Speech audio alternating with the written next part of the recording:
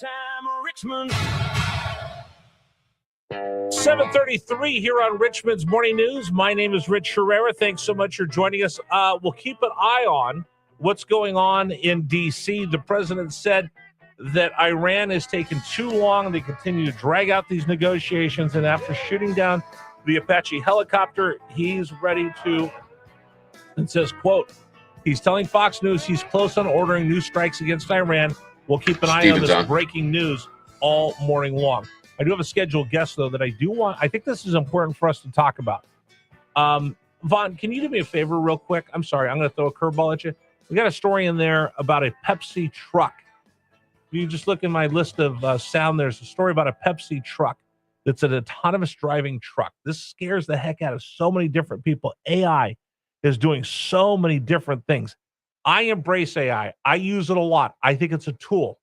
My feeling on this is either learn to use AI, or one day AI will learn to use me. There are people that are out there on the cutting edge, and I want to have every tool that I can to create things for this radio show, content in my daily life. But when I see things like this truck from PepsiCo has no driver. It's controlled by AI. Take a listen. Trucks full of snacks and drinks are being driven around with no one behind the wheel. PepsiCo is sharing details of its partnership with autonomous trucking and delivery company Gatik, as of now using 41 of its driverless trucks, 35 in Arizona, 5 in Texas, 1 in Arkansas. The company tells the Wall Street Journal the runs without backup drivers started last June, with no accidents on public roads so far and better on-time records than humans. Some trucks deliver from manufacturing plants to warehouses, others from warehouses to stores, where PepsiCo employees show up to unload. The plan is to hire fewer drivers as the program expands. The Teamsters Union has lobbied in several states to require trained human operators in autonomous delivery vehicles. Chris Foster, Fox News.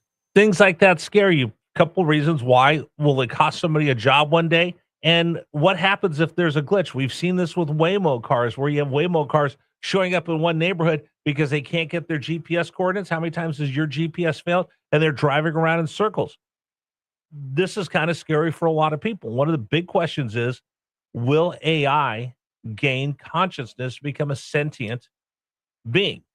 And that's the biggest scary thing for most people, I think. So let's go out and discuss this right now with Stephen Martin. He's a local writer. When I say he's a local writer, he's an award-winning writer, numerous books.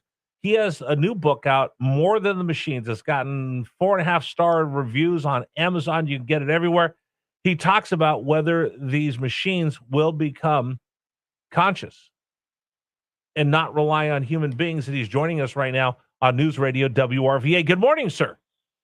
Hey, good morning, Rich. Good to talk to you. Well, you just heard that little soundbite that I think encapsulates what scares everyone about AI, an autonomous driving truck that's going to take away a human's job, and you're going to have to depend on that truck driving on the same road as you and your kids on their way to school, that it doesn't have a glitch and run you off the road or do something even worse. What are your thoughts when you hear a story like that?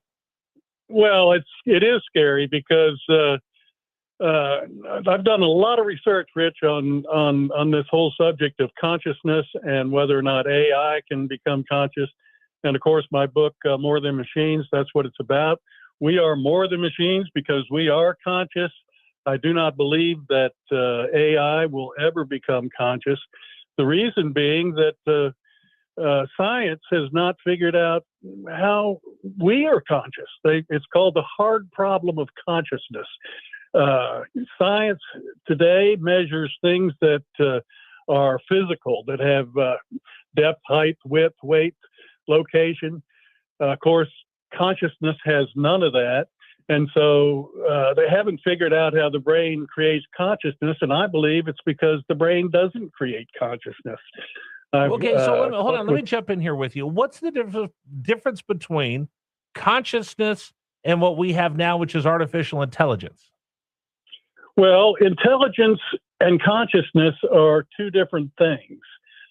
Intelligence is information and prediction and things that AI can do, but AI doesn't think. It doesn't know what it's saying, really. It's a predictive machine. That's part of the definition of Chat GPT prediction, and it doesn't have any sense of judgment. It doesn't fear. It doesn't love. It doesn't have a sense of purpose. It doesn't have emotions. It doesn't have emotions. It's just sending out information based on a huge amount of data that it draws from and information that it draws from on the internet that it's been trained on. So it's like a pocket calculator. It's calculating and it's sending out the information. And no matter how sophisticated you make a pocket calculator, it's never going to be aware or think or have judgment or feelings or love or a sense of purpose or anything like that. Author Stephen Martin joining us right now on News Radio WRVA. He's got a book called More Than the Machines. He did a lot of research into this. So I treat AI, and you and I have talked about this off air, I treat AI like a 5-year-old. 5-year-old doesn't have that idea of what's right, what's wrong, what's safe, what's dangerous. So I put guardrails. When I use ChatGPT and other AIs, I put on guardrails. I said, go find, let's use this to do research the same way I would with Google. And I say, you know what, here's the trusted sources we have. Don't go out and do this. Don't go out and do that. The interesting thing, though, Stephen, and if you could touch on this, a lot of people are using ChatGPT. A lot of people are afraid of ChatGPT. But I bet you not many people understand what the GPT stands for in ChatGPT. Explain. Yeah, GPT, what it stands for. It stands for generative, which means that it's sending out. It's going to send out information. It stands for what is the generative? Predictive. Yeah. Generative, predictive, transformative. So transformative. Okay. Generating information is predicting what word comes next, so that it puts it all in order. And the last thing, the T, is really the information system, the program, the software that it runs on. So it tells you what you want to hear, basically. Generative pre-trained transformer, I guess, is what those generative GPT mean. And we've heard so much about algorithms, but we talked to Admiral Trey Whitworth, retired U.S. Navy, and we talked more about models. Algorithm is what goes into the model. And I think I shared with you when I worked in Major League Baseball, we had our own models every day that did predictive analytics. So, folks, I'll give you an example. I've talked about this in the air before, Stephen. If you ever notice, Amazon will send you a little notice of something you need before you even know that you need it. Like, oh, we need more detergent. We need this. We need that. Oh, it's going to get warm. You'll need these shoes. You're going to need these sunglasses. Amazon will broker all the information they can, and they build a model of a Rich and a Steven, and they use their AI to predict what we're going to need next. They send you that message, and they remind you you need this before you even remember that you needed it. That's right. Well, and that's AI. It doesn't think, oh, gee whiz, I hope that Rich doesn't run out of this, so I'd better let him know. It's just predicting based on the data that it has been programmed with. What do you think scares people the most about AI? I think the most, I read a quote in the Wall Street Journal not long ago from a really high-ranking CEO who said that he believes that AI will replace about half of all white-collar jobs. Now, I don't think that's going to happen, because I think AI would have to become conscious in order to do that, because it needs people like you putting the guardrails up. But people are worried about that. They're worried about losing their job.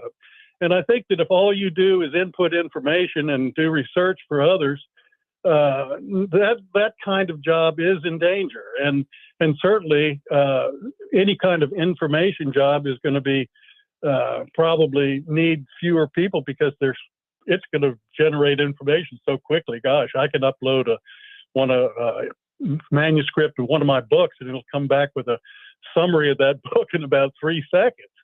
But we're still going to need people that have judgment, who have wisdom, who can decide what really matters. And AI can't do that, but people are worried about their jobs. I think that's it. I mean, you've seen all of these graduation speakers at colleges around the country, and if anybody brings up AI, these kids are booing and in a lot of ways. And we only have about a minute here, so I can't go that far down the rabbit hole with you. Although we're going to bring you back on because I think this is a longer conversation we need to have.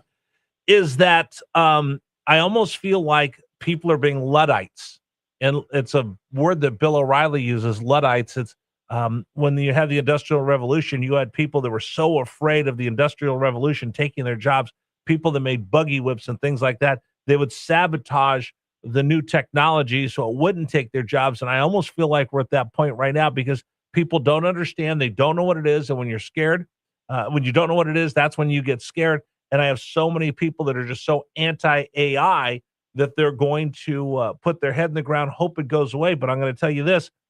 Everyone else around the world is developing this, and if the U.S. falls behind, China, Russia, and other countries will not have our best interest. If they get a foothold and get ahead of us in the AI race, it could change the balance of power in the world. Well, I think you're right, and that's the kids that coming out of college, it probably will affect the number of entry-level jobs to a certain extent, but I think in the long run, it's going to be like the Industrial Revolution. Jobs are going to change. We're going to go through a period of transformation, and it's going to be difficult for some people. Some people probably will lose their jobs, but I think when we come out the other end, it's going to be a good thing. And I use it. I use it all the time for my research for my books, and it's great. But you're right. You have to check to see whether it's really giving you the right information. It's like that 5-year-old. That's a really good analogy, Rich. You know, I'll leave you with this. I had a younger sports talk show host, probably about 15, probably 10 years ago. He was a smart aleck.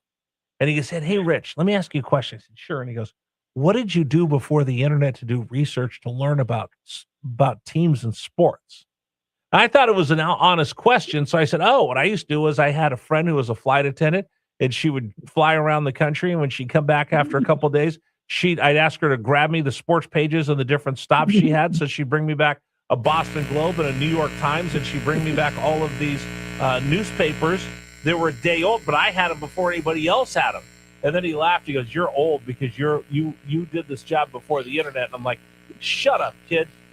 And I wanted to smack him, but you know what? It's a pretty amazing time if you think about the technology changes that we've seen from Stephen. You remember when you first got a Pong and you thought it was the greatest thing in the whole wide world to where we are now? It is amazing. It is amazing. That's right. Yeah, it's an amazing time.